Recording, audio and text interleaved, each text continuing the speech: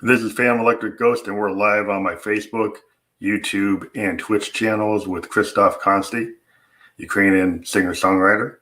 And we're going to talk about his latest single, and we're going to talk, actually play for the YouTube audio of his latest song, One Shot. But we're glad to welcome you to the show. Oh, welcome, Phantom. I'm very excited to be here today, and I'm really thankful for you to let me be featured on your podcast.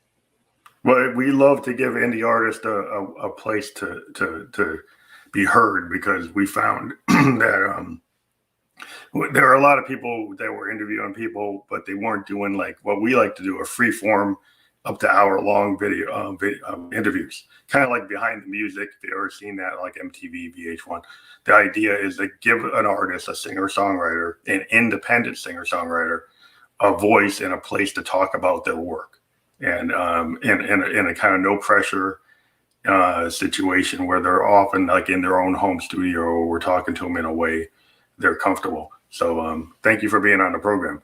So what we're going to do right now is we're going to go into your video. So I'm going to cue that up, and you can see One Shot is getting ready to go, and then we're going to totally go into it. So I'll put you on mute, and then we're going to listen to your latest single, which is on Spotify, it's on YouTube, and we'll have the links on it. But here we go. We're going to get into that right now.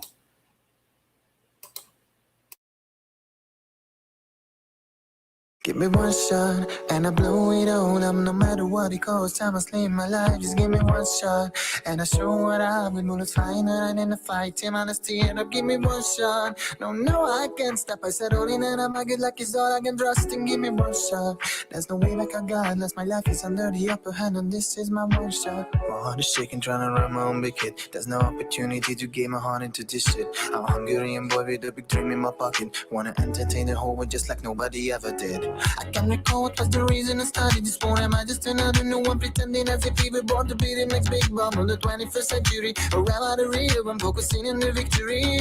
I'm 24 years old, I'm a man of anxiety, but it comes from the situation I'm stuck in, I can be free. All I ever wanted was to give you a part of me. That's exactly what I'm doing when I'm singing this melody. Give me one shot and I blow it all up. No matter what it goes, I must need my life. Just give me one shot and I show what I've got. Bullets flying around in the fight, team on a steer up. Give me one shot. No, I can't stop. I said all in and I'm a good luck is all I can trust. And give me one shot. There's no way back, regardless. My life is under the upper hand, and this is my one shot.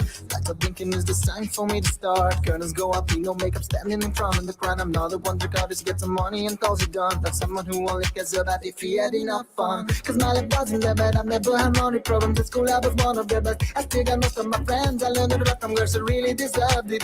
I don't want to be brand new, but only if I am buffing. Maybe I should use this possibility as a remedy. Let my fantasy be free while I'm singing this melody. My face the only thing I trust in my understanding that I must be the face of inequality of the distance. Give me one shot and I blow it all up. No matter what it goes, I must need my life. Just give me one shot and I show what I've got. Bullets flying around in the fight, team on a steer up. Give me one shot. No, I can't stop. I said all in and I'm a good luck is all I can trust. And give me one shot. There's no way back, regardless. My life is under the upper hand, and this is my one shot. Now that you know me, let me tell you some more words. Let me tell you to a freaking belly I wanna be heard. I'm pretty sure I need no less than a miracle with making people listen to my music in the whole world. Don't get me wrong, that's not a song that's been written in need. I wanna sing everything right out from my soul, and I mean it when I say it. One day it won't be just a child's dream. I'm gonna have for people who have seen the goddamn worst things. One day you always see a man come from a small town. Failure wasn't an option for him, he's become a pop star. No, I'm not a clown, and when you see me wearing crown, you remember back I was that man who asked for that damn shot. One shot and I blow it all up. No matter what it goes, I must need my life. Just give me one shot and I show what I've got. Bullets flying around in a fight, team on a steer up. Give me one shot. No, I can't stop. I said all in and I'm a good luck is all I can trust. And give me one shot. There's no way back, regardless. My life is under the upper hand, and this is my one shot.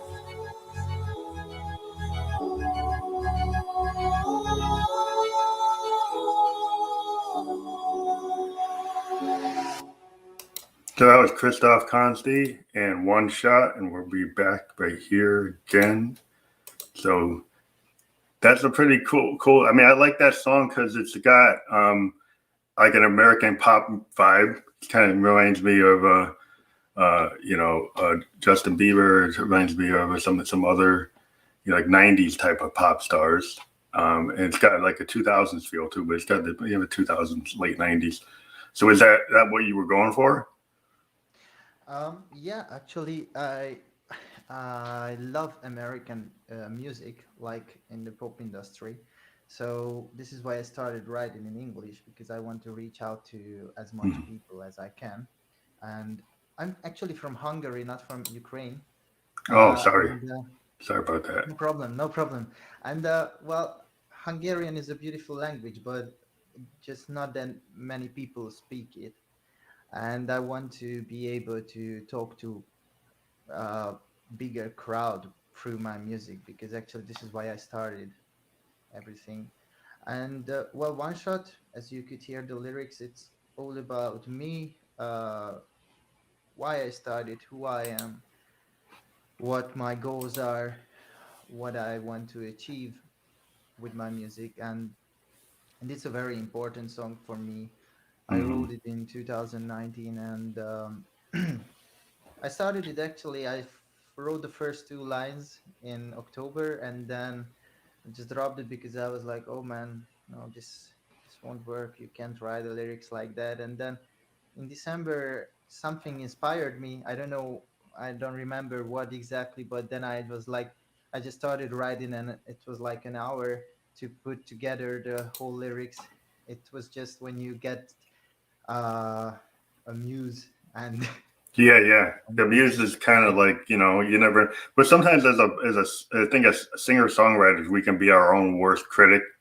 You know, a lot of times, like when I've talked to singer songwriters, and I'm a writer myself, I'll do something, and then I'll say, well, like I'll have second thoughts about it, and then I'll like put it on the shelf, and then it's like I'm not ready in my head to like yeah. release it. But then later I might like go back and look at it and I said, well, you know what? I don't know why I had any hesitation.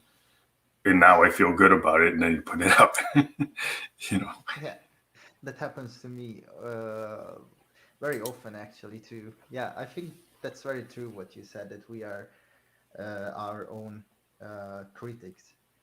Yeah, I think So it's just if you're a writer, like you're going to be kind of self judging and then you're kind of critical, especially when you're a singer songwriter. You're not, you're kind of doing everything yourself. And, you're not sure because like if when you're in a band and you've got like a band situation, you got other people to bounce stuff off, and they can kind of rest the band and say, "Hey, that's working, or that's not working." But then when you're by a singer songwriter kind of self, one person operation, then you've got more responsibility, and then you got to like think about it in a deeper way, and then you bounce it off your friends or bounce it off other people or put it on some SoundCloud and see how it works. And does people do they hit it? Do they understand it? It's interesting. But let me get into the questions. So what we usually ask every artist we talk to is like when did you first get into music? Like what age? well, I think I was 7 or 6 or something like this, but not into pop. I started playing the trumpet when I was 7, Yeah, I saw that. and So you went to school for that too. yeah, uh, I don't know how it works in America or in other lands, but in Hungary we have a lot of music schools, Mm-hmm. like for little children, and where they can actually learn music on like the basics. Mm-hmm. We have secondary schools too for like musicians who want to be Professional. uh, professionals already. So from the age of 14, most of the musicians Hungary have, they already started taking it seriously. And then we have, of course, colleges for music. And well, in my case, it was I swam when I was younger and I played the trumpet, but the most priority had learning. Like I You wanted just do to regular become, studies. yeah, like I wanted to become a doctor actually until Oh I wow! So you're studied going on one. that track to be a doctor. That's a heavy track. Yeah. And then when I was 17, I played a concert with the trumpet uh, in an award ceremony or some kind of thing like that. Hmm. And they clapped me back, and there I saw the faces of the people and the effect music had on them, music, what I played had Hmm. on them. And it just made me feel like considering I started considering that maybe I should uh rethink it, and Rethinking because yeah. yeah, and not push it. If like I felt in my soul that I wanted to learn music and have this effect on people, like giving them this kind of happiness. And yeah, when I was 18, I changed my secondary school to a musical, like to a music school, music Okay, like I school. think at Berkeley, like in the U.S., is like Berkeley is like the big music school, but so I Um, would imagine it's kind of like that, maybe. yeah, Berkeley is college, isn't it? Yeah, Berkeley. There's like Berkeley College of Music that's very, Yeah, very specific. It teaches yeah, you like all the different forms and stuff. That I mean, I didn't yeah. go there. I wanted to go there. Well, I didn't change to this kind of college in that moment when I was 18. I started studying in a secondary school, but it was like only for music or for Mhm. musicians who want, for people who want to become professional Yeah, musicians. yeah, that's kind of like what And Berkeley is. yeah, and but then after that, I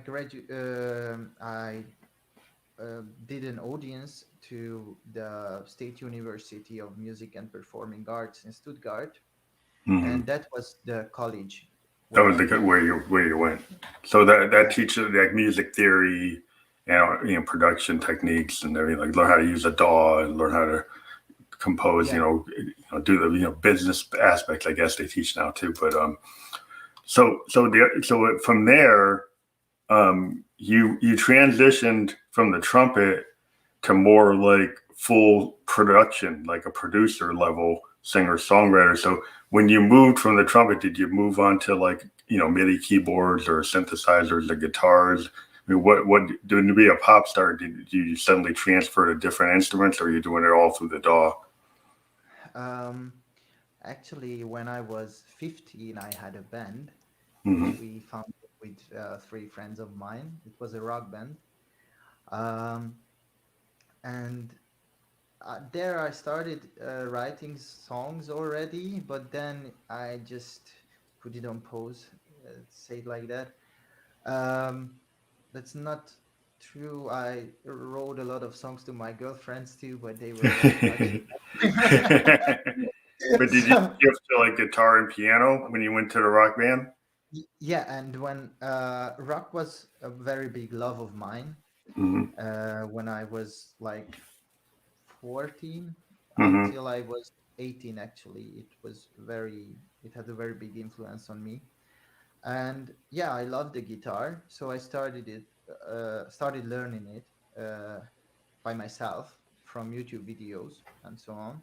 Did you find that guitar is a better writing instrument for pop music than a trumpet? Yeah, Yeah, I did actually. yeah. A- and and beside trumpet, I had to learn and then later study piano too, so I play the Hmm. piano too. Yeah, I think And the major writing instruments are like piano and guitar. Like if you're gonna be a singer songwriter, like piano or guitar, if you can do both. Piano, like me, I'm a keyboardist, so I can kind of do everything from that. But yeah, yeah, I think it just I think if you're gonna write a song that's gonna affect people, it seems like guitar and piano are the two instruments that really let you zone, focus on crafting yeah, a song, yeah, right? exactly. Yeah, and actually, with production and with like producer things, I started last year, so it wasn't that fast for me. I was afraid, when I'm quite honest. I was afraid that Although Yeah, that's it's too difficult for me, and so on. And then when Corona kicked in, I felt like, okay, Christoph, it's time for you to do something new because you have too well, much it's kind time. of like it's the do it yourself situation is kind of necessity. I didn't necessarily want to be a producer. I was in bands when I was 17. Hmm. Everybody stopped showing up. People got married, did whatever they're gonna do, and I still wanted to write music. So I suddenly got like a Fostex recorder. I got sequencers. I started building, getting tons of synths, and then I said, well, how am I gonna put these together? And I started like looking into things, and it's like, and I read all these documentaries, and I was like, okay, I watched them and stuff, and I said, well, I got to get a mixer. I got to get some, some different types of effect systems and processors and all kinds of stuff. And so over 20 years, I just kind of figured out how to be a producer by just doing it. And because like I wanted to make my own music, kind of, so I kind of fell into it. And this was all before DAWs. I was using a lot of machines. Like I still use a lot of 24 track hardware recorders. Even though I Hmm. have access to DAWs, I kind of like the old school way of using like a hardware recorder because I Hmm. like the idea of just recording right at the instrument. And then Hmm. later I'll go bring it into something. But a lot of my stuff is all done on hardware, like recorders, like Tascam 24s and Zoom R24s and stuff like that. But Hmm. I understand why people get into DAWs because you can, digital audio workstation, you can really do what you want. So when you start learning production, what's your digital audio workstation of choice? What are you using, Logic or I use Ableton, Ableton? Okay. Ableton Live 10, and actually I started using it as I said last year. It was 1 year ago actually now somewhere, How did you and find that you were intimidated by it? You said you were kind of intimidated. Were you just like the choices or the technical nature of it? What was intimidating about it? um, as I said, I had too much time and I had a lot of songs, so I felt like, okay, it's time to start recording myself, learning how to record myself, how to produce. Actually, at the beginning, I just wanted to be able to record it, like Hmm. what I sing, what I play on the guitar, so I could send it to a producer. Hmm. Then I started watching videos about EQing, compressoring, like using a compressor Hmm. and every other audio effect that we have Yeah. in a So then you melody. started getting interested in Yeah, it. a lot. Yeah, like exactly. It was like, oh my god, this is a wonder world. Well, you think about And it like if you think about the past, right? Musicians had to go to a studio to actually get something done. And now, yeah, if you've got a computer, if you got a Mac, if you get an audio interface, if you buy some synthesizers and buy a guitar, right, that you can actually not have to book studio time and actually get your demo to a level that you never could have done before. You're talking yeah, about in the 70s, even the 80s, it was very difficult until they get to the 90s and you get the first like Pro Tools and stuff to actually get studio level sound from home. It was very yeah, difficult. And now a lot of people can actually produce very high quality stuff that you never could have done before. yeah, exactly. And actually, this is something that changed the whole industry, I think, Yeah. because it's like everybody has access to these things, everybody can have them, and then you can learn them. I take part in a course, like a producer course, made Hmm. by Il Factor, Okay. the Beat Academy, and he has 15 years of experience with production in music Yeah. industry. He worked with very big artists, and and he tells us all the time that it's amazing that when he started learning how to produce music, it was uh, s- more difficult than it is right now. Like Yeah, I mean they're like we the had to do the gatekeepers. same thing. Yeah, exactly. What you just said, it was just quite another game. Yeah, it's hard to get to a board. You know, in order to get to those boards, you had to get past the gatekeepers. You know, you got to get to Olympia Studios or Electric Lady.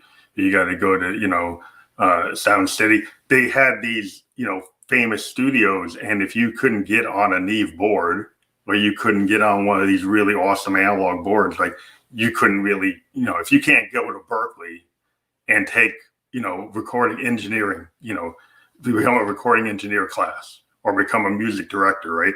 You didn't have access to the stuff. So the only way you had access, if you're like in a rock band and then you've got your guy running your mixing council, and then you're kind of like, okay, well, I'm starting to kind of learn it from gigs. And then you later, you're like, okay, I go to the pawn shop and I find one of these. And then you start going in the garage and recording your band, like at punk bands. I think a lot of punk bands, I was into like labels back in the day, like SST and IRS. We had bands like Huskadoo and the Replacements and Buzzcocks and all these like lo-fi bands, kind of like the stuff that was on Sub Pop, like with Nirvana, right? They didn't just say, hey, we can be lo-fi, right? We can use some of this old equipment and we can just put stuff together.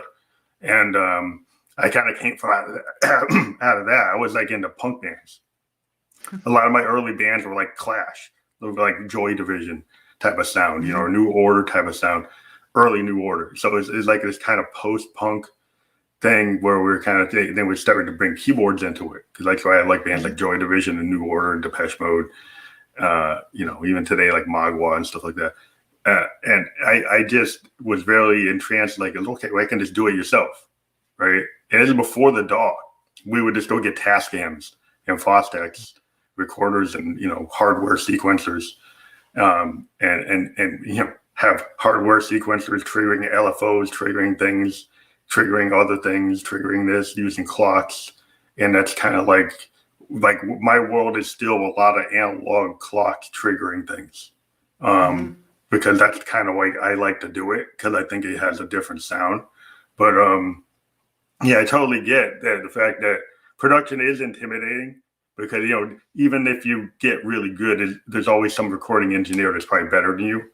But so there's always somebody that could take your sound, and even you see this with big professional bands. Like they can have one producer and one set of recording engineers. They do the record, and then they say, that's not cutting it. They give it to another recording engineer, and then suddenly we change the whole thing. And so it's like it is an art into itself. But, in today's world where you can't get to the studio and you don't have the money to get to the studio, if you have Ableton or Pro Tools or any of these, Logic, you can do a lot of work and you can get it to a point where it's like, it's hard to really push, like, well, how much better could it get? In some cases, like if you're really dedicated. And I think the other thing about it, and you can tell me, is like when you control that much of how your music is being done, then your vision is closer to what you want. Yeah. You want it to be, right? Yeah, exactly. That was my first problem, actually. Like, this is why I pushed myself to use the AW. Because I was like, okay, I have songs out there. They are not what I want. Like, they don't sound The way you as want. good as I want them. I don't feel like they have any special things in them. So I push myself to be able to create something. I'm still searching for what my style should be, actually. So Trying to build your sound. Like I think everybody, that's probably one thing I'd ask you. Like, so in terms of your influences and your reference points, like who do you listen to that inspires like how you write music? Can you kind of name check some of the people that you kind of look up to in music, and not that you want to clone them, but you're inspired by them? yeah, like okay, my biggest influencer was when I was 10 was the Queen with their game changing sound designs, and with everything they did to the music industry, like what they brought classical music to Yeah. pop music. And this is, Yeah. every 8-minute time I songs. listen to the Queen, it's like when you can it doesn't matter if you're someone who never learned music or you're a professional musician, you Mhm. will say that, oh my god, this is amazing. Yeah, it's like the Because art rock. It's kind of like what the Who did, right? The Who were into rock opera. They yeah, created Tommy and Quadrophenia, but Queen took it because Freddie Mercury is like a Bowie. You know, he's got this larger than life character yeah, and he got this larger than life voice. And then when you saw him on stage, like during Bohemian Rhapsody, if you ever yeah, look at his look during Bohemian Rhapsody, it's like very theatrical. It's very Bowie. You know, it's kind of like yeah, Ziggy. But then he's like got this operatic voice and he's got this kind of theatrical character. So when you listen to Bohemian Rhapsody and you see him on stage, you're like, wow, you're just totally drawn into the fact that he's got this hyper character, yeah, like an actor. And I think that's what some people don't get. Like in music, that kind of Bowie theatrics that you get from a Freddie Mercury, you get from a Prince, you get from a Lady Gaga.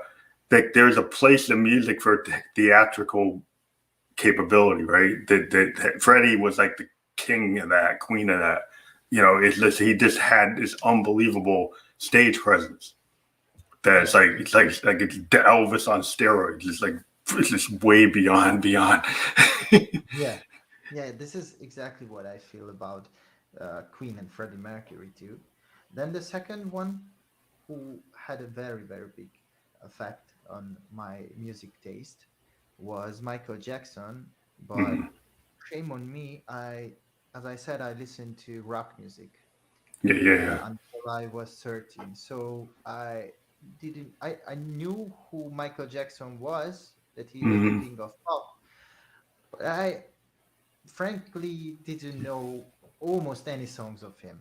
And Hmm. then when he died, They I went felt back. like, okay, let's check it. Why was he so big? Hmm. And then he just drew me in. Well, Like, it was interesting with Michael is I grew up in the 70s, so I knew him as a kid in the Jackson 5. right? And the Jackson 5 was like the king of all like boy bands, you know. And it was like the thing was, it's like they had so much talent. They had this Motown sound, right? They had all these Mhm. Motown songwriters who were Yeah, writing them like hits, right? And then they're playing them, right? So they're actually playing instruments. And then Michael's voice as a kid is like unbelievable, right? And yeah, then you're like, so the early Jackson 5 stuff, to me, that's what I heard from Michael first. And yeah, then when he did like Off the Wall, that was like, man, he totally changed because there was a big thing when his voice changed that people thought, well, he's yeah, all done, right? A lot of people in the industry thought he was done. They say, well, he's just a child star. He's never going to make it cross over. yeah, And yeah, child yeah, stars usually don't cross over. And then suddenly, the thing about Michael was like he was a big child star, super big, and then suddenly he became in his like teens and 20s a star again, you know. yeah, And then he yeah, was off the wall, and then Thriller just put it through the stratosphere. You know, you're like so he had like three phases, and it's like wow, it's like that usually doesn't happen. I mean, the Beatles had multiple phases, but yeah, that's kind of yeah. rare. Yeah, so whenever I listen to his music lately, I try to listen to modern music like Ed Sheeran, Shawn Mendes, Billie Eilish, because of the Mm-hmm. sound design. How to Yeah, imagine for myself what I want to create, because like only from the producer perspective. yeah, But yeah. It's a good idea. then let's say I sat in the car and I listened to a retro radio, and he bed was on the play, Mm-hmm. and it was like, oh my god, this There's some man really is cool synthesizer stuff in there. I mean, the cool thing about Michael, yeah, he's got funk, he's got really interesting synthesizer programming. There actually was like a very unique synthesizer that was used on the beginning of Bad. It's like a yeah, really rare synth. It's actually hard to find. and it's actually a preset that's on that synth. And in the beginning of that song is running that preset. But the thing is, like, that preset is hard to find on other synths. People tend to sample it because they can't get it. I think it was like a synclaver, but it's like there's some, because I'm a synthesist. So one thing I'm into is like I'm into like synthesizer history, like early Moogs, ARP 2600s, Prophets, Oberheims, old Korgs, all kinds of, unique modular synths, because I find that synthesizers have character like guitars. Like you could pick up a 55 Les Paul or a Telecaster or a Rickenbacker. Guitars have character, but like if you go look into Moogs, right? You look at mini Moogs from 72 and mini Moog from 77, they don't sound the same, right? And so I'm like a Hammond B3, like Yamaha pianos and stuff. I'm into actual hardware synths and hardware like instruments when it comes to like keyboards and stuff, because they have character, and I like to use that character in my music. Now it's expensive to do that, and not everybody gets to do that. But like, part of what I like to do is actually deal with the hardware, just because I think it has a different sound than what the software has. But so how I got into it was always on hardware, physical synthesizers. But yeah. And other influencers, as I said already, are for me Ed Sheeran. oh yeah, I can hear that. I can hear that in what you're doing. I was trying to think of the people that I hear in your voice. I do hear that. Yeah, and I hear some like Justin Timberlake. Justin Timberlake, Yeah. Because you've My kind of got this kind of my male sister pop, tells me, your super pop yeah, kind of my what you're sister going for. tells me this all the time, actually. Which is not a bad place to be, because that is like a staple in American pop music. It's like that it kind of goes back to Elvis, this idea of the American pop star, hmm and it's a certain feel. And it's interesting because they always kind of pull from R&B and hip hop, but then they're kind of like an Elvis, or they're like a Buddy Holly. You always have like this, like, guy who ends up getting to be like the king of pop, Yeah, like in a different way, like the way Michael was. You get Justin trying to do the same thing. You get, yeah. people trying to do that. But yeah, I think it's a cool place to aspire to be, that kind of pop zone. hmm Because it's a different thing. Like I'm more of an experimental musician, so I'm hmm kind of into like progressive jazz and bands like Yes and Genesis and ELO, Yeah, and yeah, it's a different type of space. But I understand, like even bands like that want to make a pop song. Once in a while, you get a band like Yes or Genesis, they'll have a pop song, even though they have songs that are like 10 minutes long. Like Queen will have 8-minute long songs, and then they'll have the 3-minute song, right? So it's like everybody yeah, aspires to try to get exactly.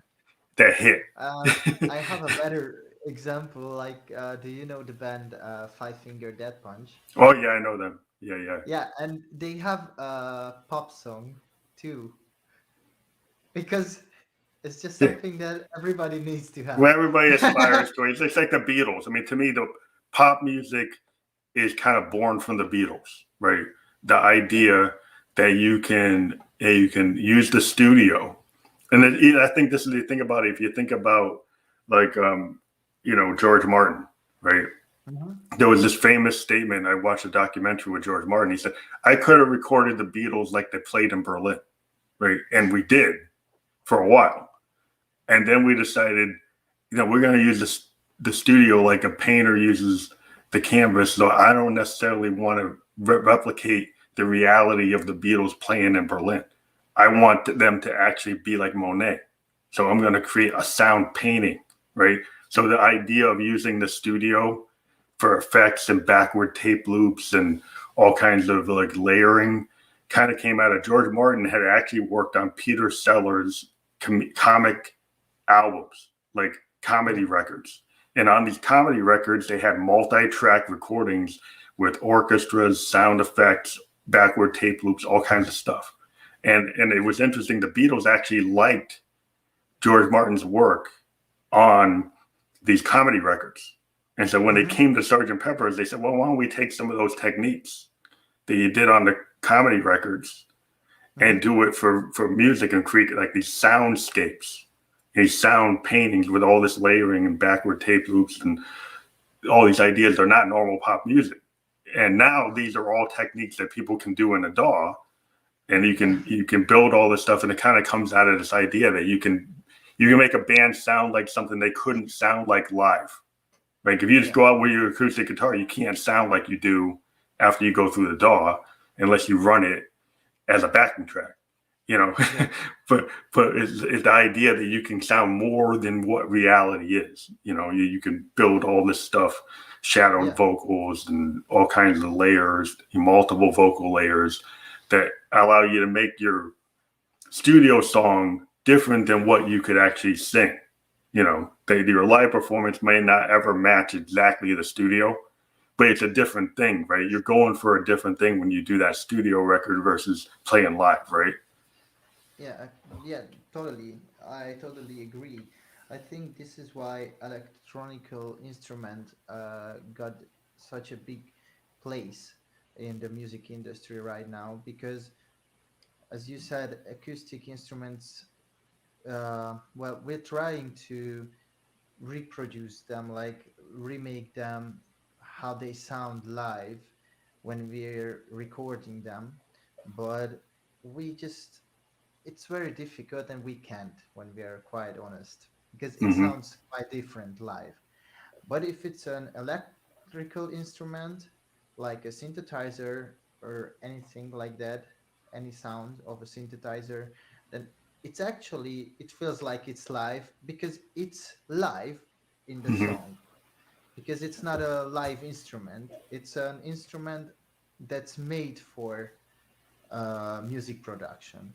And this is why I'm I just started diving into this part of music production. Actually, I'm I'm quite like a beginner. Mm-hmm. Yeah, This you can go down might the rabbit hole. When you get into yeah synthesizers, like I'm into analog, digital sampling synthesizers. So I've got like old school analog Moogs and yeah Prophets and Rolands, and then I've got modern granular synthesis and mhm, wave file synthesizers, and different types of technology. You got FM like DX7 type synthesizers. You've got like D50 linear synthesis synthesizers, subtractive synthesis synthesizers, Buchla additive synthesis. So I'm totally into all types of synthesis, and I create tones from scratch on my Moogs and stuff. I'll go from the waveform through the oscillator to the filter to the envelopes to all that, and it's kind of like where I live because to make my sound, I don't go buy it off the web. I kind of go into my synth and I build it. yeah It's a different type of thing. It's kind of what we used to do. And it seems to be coming back. There's more and more people getting Euro racks, more and more people going and finding Moogs or finding Rolands or little Euro rack synths and building their own thing. Because what's cool is like then you get no copyright strikes against you. It's your own sound. It kind of helps you be distinguished from other bands, like because then you can really craft it. Now the cool thing is the DAWs have these things where you can actually do the same thing. You can go into the DAW and you can do sound design. You don't have to yeah just take clips. You can actually build sounds. It's a little yeah difficult, oh my yeah. Is that what you're getting into now? no, this is one of my favorite thing actually right now. I just I reproduced Billie Eilish. She's a bad guy. Hmm. And the most interesting thing for me was to make this sound they had in the bass line. Oh yeah, you're trying to get And that bass. yeah, and actually there's a synthesizer in Ableton Live, and it's not the same as in the original because I hear it's not the same, but it's quite on the spot, like In the it's zone. pretty cool. And it's like I felt like, oh, that's really cool because I this was the actually the first time that I tried to create my own sound, like through a synthesizer, and That's it felt cool. so amazing that it's like, It's God, this it's is great. addictive. I think it like That's a that's, if you get into it, it's very addictive. The problem with synthesizer designers, right, is you're gonna build you start to write a song, and then you spend 10 hours trying to get the tone.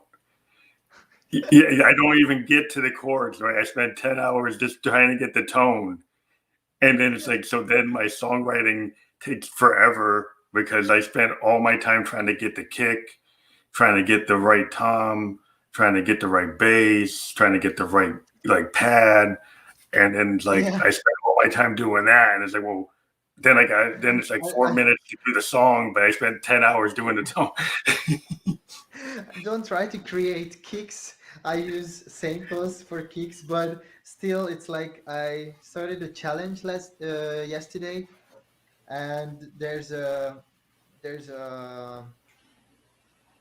like a to-do list, and one thing is to do is to create music 1 hour per day without getting distracted from anything. Oh, so you're giving Today, yourself like a practice time, yeah. rehearsal time.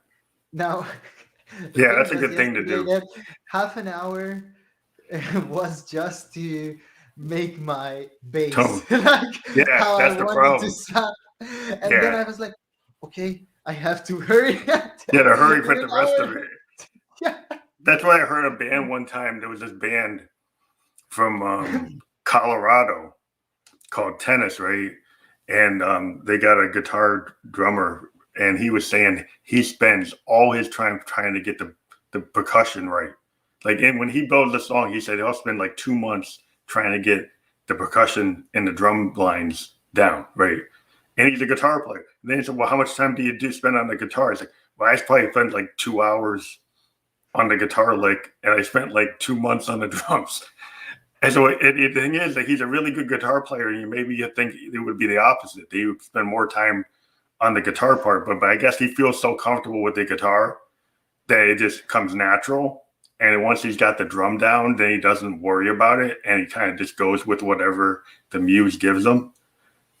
So he's kind of wondering, like, when you write a song, does it take you a lot of time to kind of get the feel? Do you kind of have a situation where I've talked to bands that say, you know what, the first or second or third take of this song is really what it is? Or do you end up taking like multiple takes? It takes a long time to kind of figure out what you want. um at the beginning, like 1 year ago, I started making takes like continuously, and it almost always ended up like being bad. And nowadays I try to concentrate to like warm up my voice, and then start singing, and it usually still takes like 3 takes at least, Mm-hmm. Yeah, I find what because happens, like if you go with like the 10th or 20th take, then it doesn't even sound like what you were trying to do. Like yeah, a lot of times, like if you have a band, right, and they just keep on going at it and they do 100 takes, you go back and the third or fourth take, maybe even the first, actually is the best one. And the problem is like it might have mistakes in it, right? And the thing I always tell people is like if you go back in music history, a lot of classic records actually have mistakes in them, right? And yes, people that's right. were willing to say, you know what? It ended up being that version is so honest, that version is so good that even if we've got the error, it's actually better than what we did before after. And they Yeah, kind of live with it, and they kind of accepted it. And I think that's where one the thing as a producer, that's the thing you have to kind of learn over time, that you trust your intuition, that sometimes like a vocal might not be the best quality, but the performance is so good that you use that version, you know, because that version is going to be the best version for you. mm-hmm. Yeah. So I think I got to Although check I my brain. I heard a rumor about Eminem and Hmm. how he records, like how many takes he does, and I heard something like 50 or 60 sometimes. Yeah, But it's a little too people much. want to do his best, and he's I just like, he want doesn't stop. He won't stop.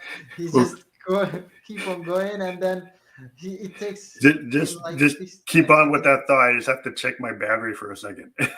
Oh, okay, okay. So yeah, this is something quite interesting, I think. Okay. All right. I think I'm Are you good. back? Sorry about that. No problem. Can you hear me? My plug was not all the way in, and I didn't want our podcast to get cut off. Yeah, yeah. So So, yeah. I So think it's we're just getting kind of near the end of the podcast, but I think it's been really cool talking to you because you got thank you. an interesting perspective, and it's the interest. The cool thing about this podcast, I talked last week to an artist from Latvia. Yeah. I've talked to artists from like Sweden and Berlin. A lot of artists, it's not. I just live in the United States in a little place like in Concord, New Hampshire. Um, so it's really cool that we live in this world now Yeah. where a producer in New Hampshire, USA, can talk to somebody in Hungary, and then my audience gets to expose to your music. And then the other producers that I talk to, one of the cool thing that happens is like most of the people who are on this show are like, or listen to the show are musicians and producers. And so my audience is a whole collective of producers and musicians. And every time I talk to another person, they get introduced to that. And in some cases, we've had people collaborate based on, oh, they found somebody on my channel. They were Hmm. interested in what you were doing, and then they reach out to you. So Yeah, that's that's pretty I great. think that's the whole thing. You said you were in a collective anyway, right? You're in a group of other musicians and stuff. Yeah, yeah, I am because I'm very open-minded for collaborating. I actually am trying to make a project with different artists from different genres too. That's cool. So, but probably for 2022. But But yeah, I so am kind of putting this out there with everybody I talk to. One thing we want to do in the future is actually have like an online festival where every artist that we've talked to actually mhm, does a performance in a show. We call it like a Fam Electric Ghost Festival or something. And like everybody I've interviewed gets to actually perform like mhm, on this channel or something. So you do it from a stage or you do it from your home studio. Everybody does like 10 minutes, 15 minutes, and we have like maybe a 2 hour show or a mhm. 3 hour show with a bunch of bands. Um, and we're thinking that, and I probably even play my stuff. But yeah, it's just the idea that because it's like a collective. Like what we have here is a music community, Mm-hmm. and now we're doing the video version. Yeah, it's kind of cool that we could think of actually proposing that. So if you're into that, it's something we're thinking of going into later this year or going into 2022 as well. Yeah, that would be pretty nice. I have to say, I Most musicians really want to love play if they live get a chance to streaming. play. Yeah, for sure. Yeah, I love live performances actually because I think it has a different kind of influence on the audience, on the public, and and I really miss this actually. Yeah, so I mean, have you not been able to perform because of the pandemic? That you're still kind of not. Some places like in the world are allowing artists to perform, but are you in Hungary? Are you having an issue where you still can't do it? Yeah. We have actually a very big issue with Corona right now, so Yeah, we do I don't too. see I don't see in the near future that we have. Yeah, we're kind of in a bad situation because we got people that want to go to the bar and they want to go to the restaurant and they want to do this and they want to do that and they just keep on spreading it and then what happens is they let people go and then they lock it down and then Yeah. they say okay, we'll open it again. And my whole thing is, well, did you make sure everybody took the vaccine? Like, no. So why did you think that wasn't going to happen?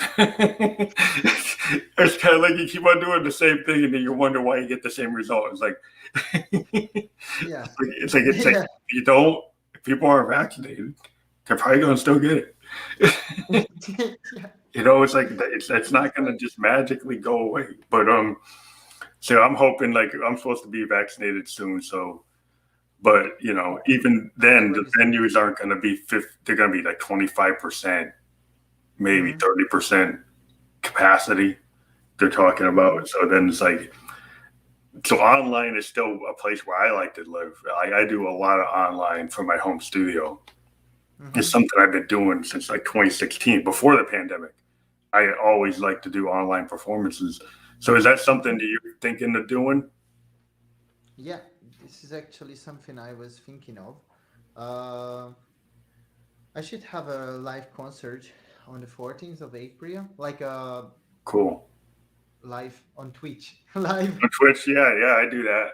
Twitch is a good Yeah. place. I like Like, Twitch because they let you do a nice landscape. Yeah. They like, some platforms don't do very good landscape. Not to name them, but Twitch actually has really good audio quality and very good picture. Really good picture of you using the camera, and then it's got a lot of good things about it. I do like that platform.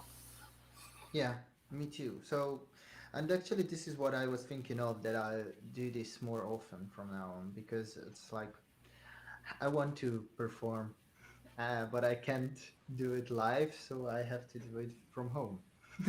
Yeah, I mean, I actually invested in like multiple cameras, and so now I'm using like a Zoom Q8 right now, and I've got my iPhone, I got tripods, and the next thing I'm investing in is like this Roland mixer.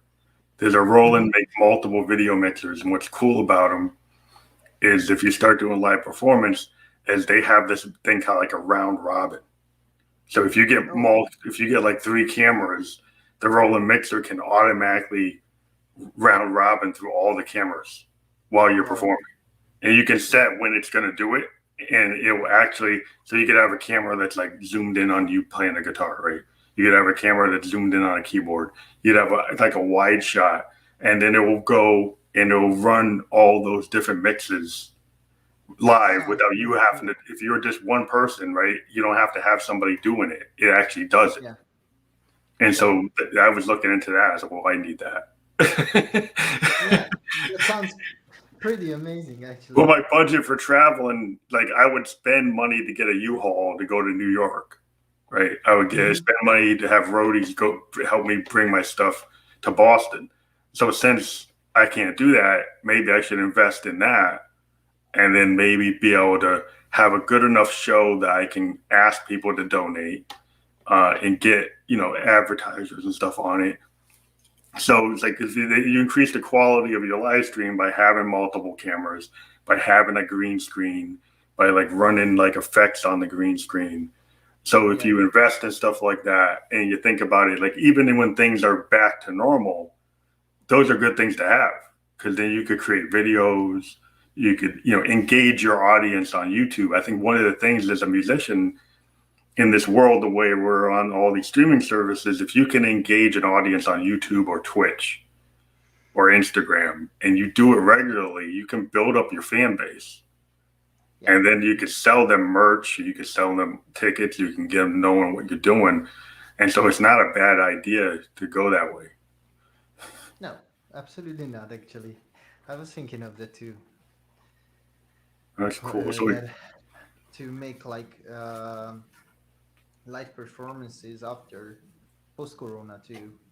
Sometimes like live, I mean, like, you know what I mean by live.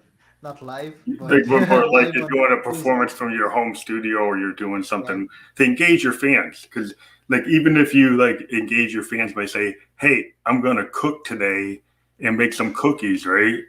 And so then they get to see you like a human being, right? And they see you making cookies, right? Or they see you like writing poetry, right? So it's like, oh, this episode, I'm not even going to get into music. I'm actually going to read my lyrics like a poem, right? Yeah. You just do different things to engage your audience, and then that makes you more real. And then Yeah. you'll tend to get a following of people who say, "Oh, this guy's cool. He's doing different stuff," you know. Yeah. Even though I don't want my audience to learn my bad recipes. Yeah, yeah. The cooking's not the best example, you know. You could have other things you want to do, but like if you're into skateboarding, it's like watch me fall down on my skateboard. Yeah. Well, tricks If I I could couldn't do a show, BMX but trick, I can show tricks, but I can fall very nicely. yeah, I could do that for you. I could do a little Chevy Chase, do the fall, prat fall, you know. Maybe I could go viral, actually. But you know, you got to make that TikTok video with some weird effect of some nonsensical thing, right? So you make some, you take your studio effects, right? You make some thing that doesn't even make any sense. Half of the stuff, that's what it is. It's like, so you just sit there, and say, oh, what? And you make some weird sound effect, and you go, it's like, oh, wow, that's amazing. It's like, okay, maybe that's what I should do. Because my daughter showed me all these TikToks, and I'm like, maybe I'm too old because I'm in my 50s. I'm just like, what is that supposed to mean? It's like, I don't understand it. Why are you watching that? And like, I don't get it. So it's like maybe I need to watch it more so I can understand it. Yeah. Actually, I like TikTok videos. Like they are funny for me too. Yeah, they're funny. I mean, that's why I didn't really get it. And then I said, oh, it's like Saturday Night Live. It's like, it's comedy. I didn't initially, I didn't get it. I was like, what is this? And I said, oh, now I get it. It's just trying to be funny. It's okay, I get it. Yeah. But thank you for being on the show, Christoph. I think it's really cool.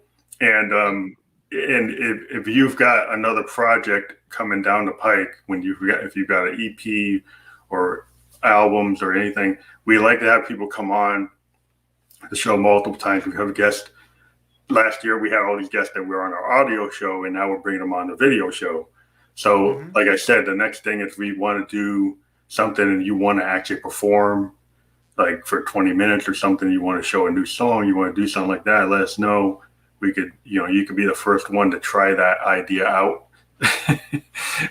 Cool. And it's like when you're ready to do something like that, let us know, and we can set something up. And we'll test it out and check it, make sure it's cool, and then we'll do it. Yeah, that's great. And I want to say thank you to too, because it's really great and a very big honor for me to be able to give an interview to you, and it was fun. So thank you very much. Well, thank you, Chris. We love talking to musicians. That's what we like. The reason we're a musician is because we like music, right? And so we listen to other musicians. That's kind of we're the first thing we are is like a fan.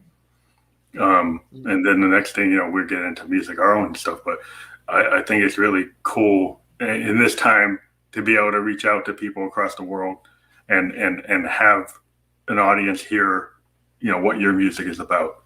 So I encourage everybody to look at the links. This is going to be permanently on Twitch and YouTube and Facebook.